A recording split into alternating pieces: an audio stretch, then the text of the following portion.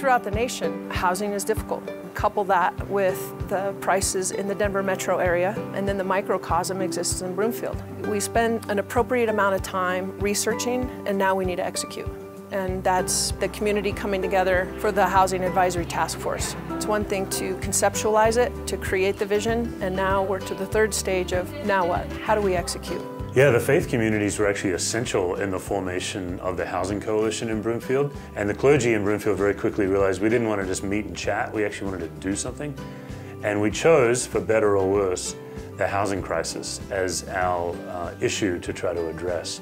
And the Broomfield Housing Opportunity Coalition was really formed out of this clergy group's effort to get a community-wide conversation going about affordable housing, because Broomfield just had such a massive shortage, and still does have a massive shortage of housing. I mean, rents are super high. It's very difficult for people who have lower incomes, if they work in Broomfield or if their kids go to Broomfield, to live in Broomfield. I think the challenge that we have in Broomfield is to decide what kind of community we want to be. I've experienced one Broomfield that is a great small town, a great place to live, a great place to raise kids. But then there's also the Broomfield that, you know, is moving toward housing inventory that's just on the high end. The challenge that we face is deciding who we want to be. We see families who come to Fish who are spending 70% of their income on housing and can't afford other things like medical expenses, transportation, food, obviously.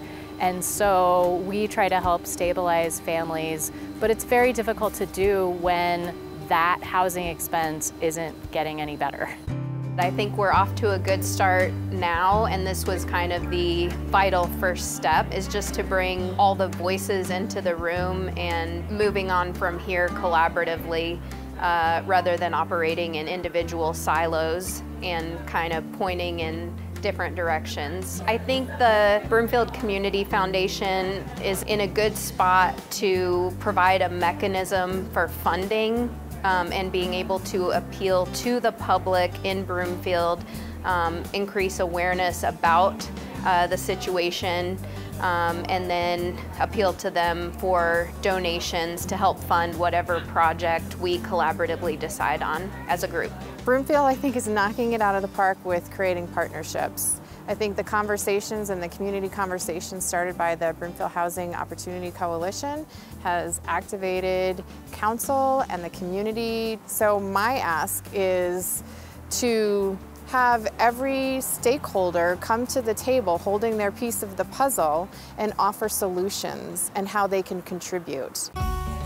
It's an exciting time to be part of the Broomfield community. The fact that our nonprofits, our government sector, and our businesses are coming together to say, how do we begin to, again, make this invisible issue visible, but more importantly, address it and dress it together. It takes private industry, it takes nonprofits, and it takes where you live, which is in the city and county of Broomfield, for all of us to come together, pool resources, not just financial resources, but time, effort, and talent to make it happen.